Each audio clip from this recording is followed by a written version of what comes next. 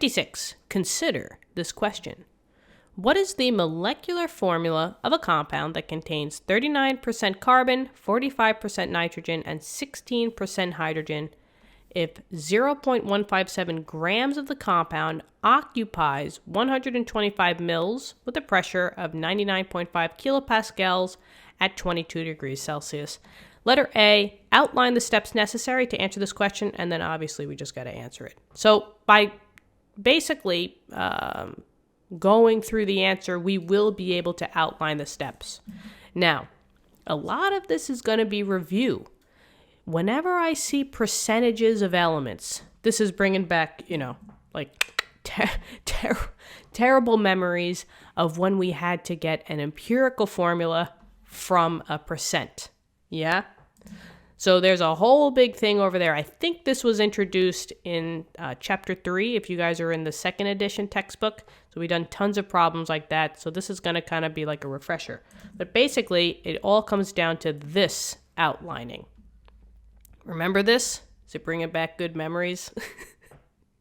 So we basically are starting with percents. We got to go to grams to moles, mole ratio, get the empirical formula, and then finally we can get the molecular formula. That's what they want. They want the molecular formula. So let's go. We're going to start with all the percentages. So we have 39% carbon, 45% nitrogen, and 16% hydrogen. So from a percent, we can always go to grams, because if we say to ourselves, if we assume that this is 100%, I have a 100 gram sample. So that's the reasoning behind this. The percentages basically equal the grams. Now I'm just going to quickly add this up just to make sure that there's no missing percentages. So 39 plus 45 plus 16, I do get 100. So basically, all we have to do is say that this equals 39 grams of carbon. This would equal 45 grams of nitrogen. And this equals 16 grams of hydrogen. So we're now here. We know how to go from grams to moles, right? We just use our periodic table. We just do the conversion. So for each one, I'm going to times by the ratio. So times by a ratio, times by the ratio. And for each one, right, we don't want grams anymore. So that goes on the bottom. So grams of nitrogen, that goes on the bottom. Grams of hydrogen, that goes on the bottom. And we want moles. So mole of C on the top, mole of N on the top, mole of H on the top. Remember, grams to moles of the same element is the periodic table. And when you're using the periodic table, you only have 1 mole. So 1 mole of carbon, I'm looking on the periodic table, mine says 12.01 grams. 1 mole of nitrogen equals 14.01 grams, and 1 mole of hydrogen equals 1.008 grams of hydrogen. Cancel out all the grams with the grams, and now you're left with the unit that you want, right? Mole of C, mole of N, and mole of H. So, let's go for it. 39 divided by 12.01. And with this case, it doesn't really matter for sig figs. So maybe I'll just do a couple of decimals. 3.247 moles of C. 45 divided by 14.01. I get 3.212 moles of N. And then 16 divided by 1.008. I get 15. Whoa. 15.873 moles of H. Just want to double check 12, because if these are wrong, then the whole thing's going to be wrong. 45, they did say 45, right? Divided by 14.01. Yep, 3.2, okay. So now we're at this stage of the game. Remember, we want a mole ratio, right? And think about it in terms of the empirical formula. Remember, the empirical formula is the lowest possible formula that you can get. It's the lowest number of subscripts. So go with that idea. All you're going to do is you're going to make a ratio, which means that you have to take these numbers and divide by something else, right? A ratio is always something divided by something else. And you're going to divide by the lowest number. So in this case, find the lowest number. It's this one, 3.212. So for each one, you're going to divide by 3.212. And hopefully with this, we will get whole numbers. So once you do your division for your ratio, you should come out to at least very, very close to a whole number. So for example, this divided by this would just be 1. So I have 1 mole of N. Let's see. 3.247 divided by 3.212. Yeah, I get roughly 1. It was 1.01, but it's safe to say that we have just one of those. And then let's see, 15.873 divided by 3.212. Yes, in this case we get 4.94, but that's very, very, very, very close to 5. So I have 5 moles of H. Bring these all together, and now you have your empirical formula. So my empirical formula would be C. You don't have to put the 1 here. Moving on to N. You also don't have to put the 1 there, but with the H, I will put a 5 there. Okay. So, we found the empirical formula. So maybe what I'll do is I will put this up here. Here's the empirical formula, CnH5.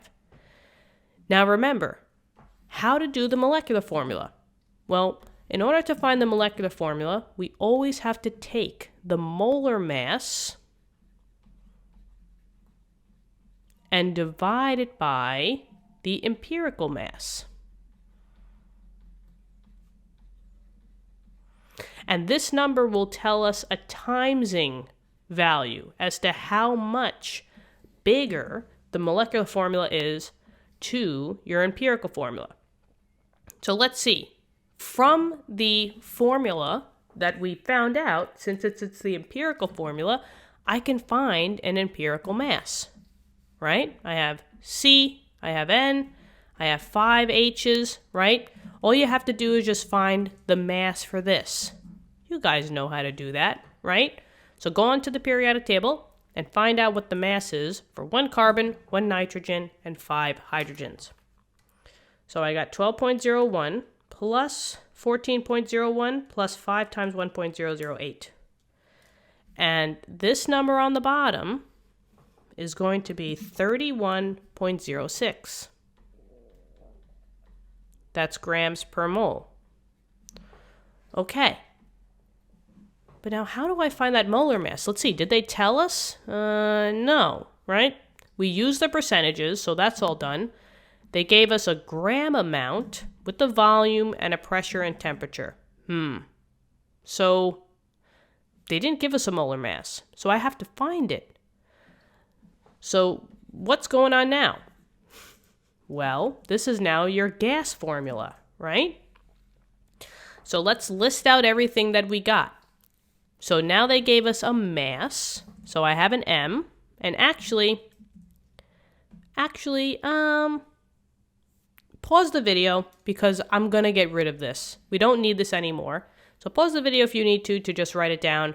But basically, we need to write all these other stuff down. So I just need a little bit more room instead of trying to cram it all in on the right side. So bye-bye. Now, let's list it out. So I have a mass.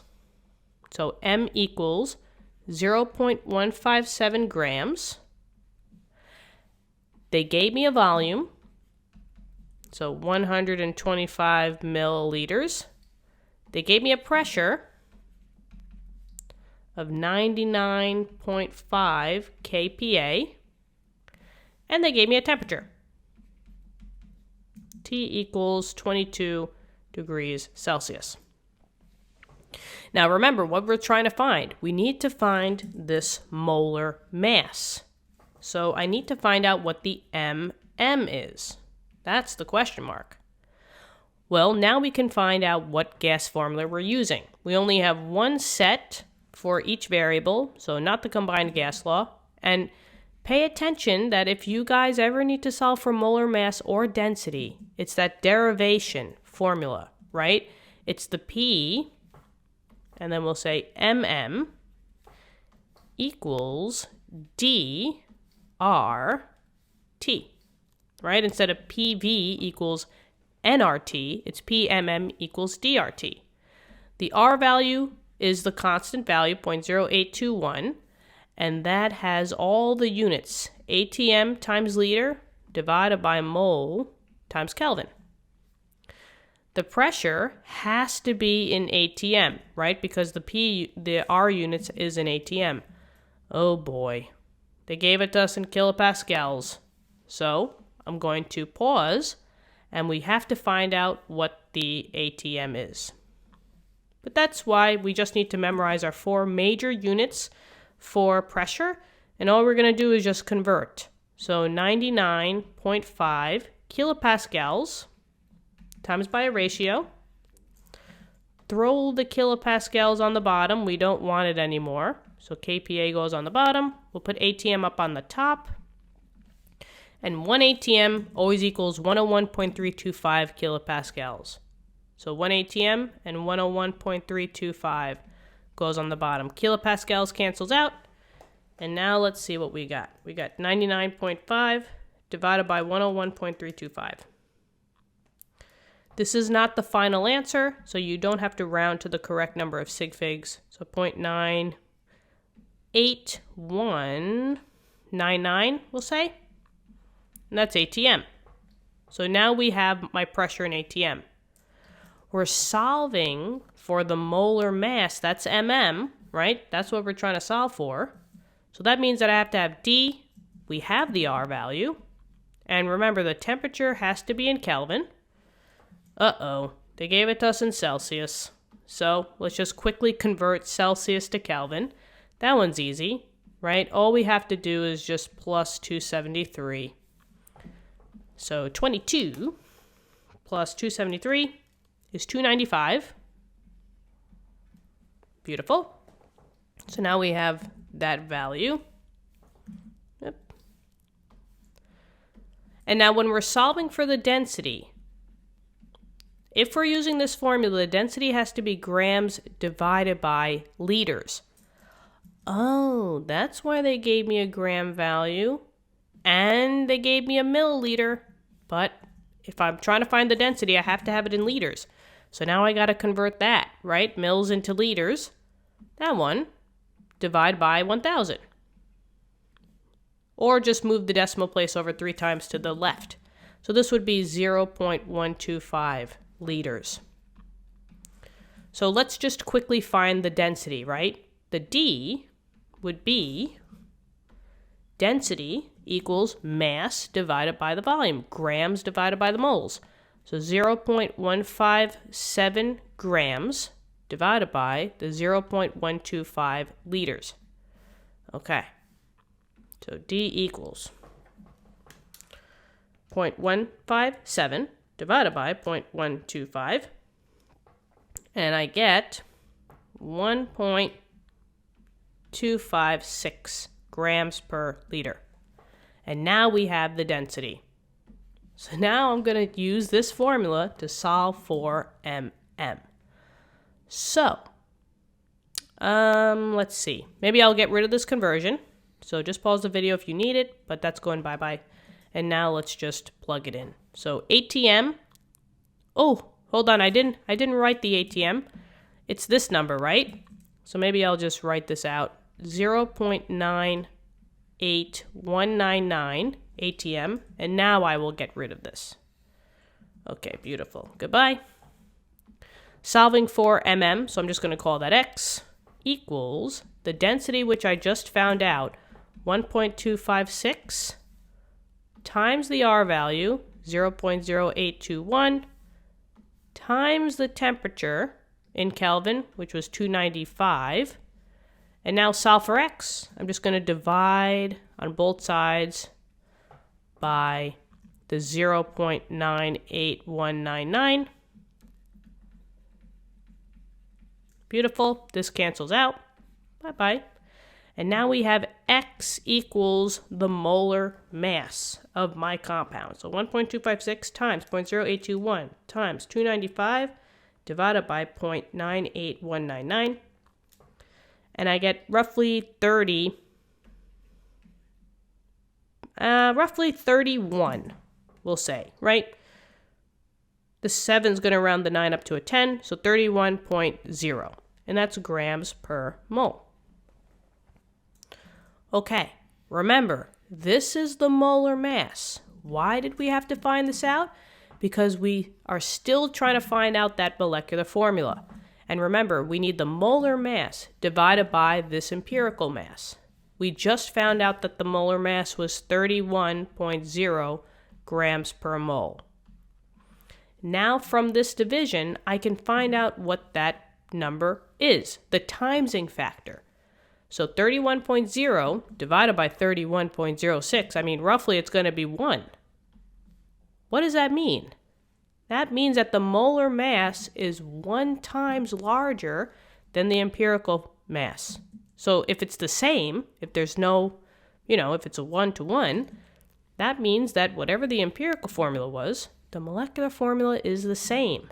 So, with that in mind, the molecular formula is also CnH5. And there you go. Oh my goodness. Crazy. But hopefully this one makes sense. A lot of math for this one. Majority of it was going back and doing this, this lovely chart again. We all love that chart. Anyway, I really hope this helped. Let me know in the comments. Thank you so much for viewing the video. And I hope to see you in later lessons, okay? Chemistry is not hard. Don't worry. It's just a lot of, process and formulas. But I got you guys, all right? I will see you all later. Have an awesome day.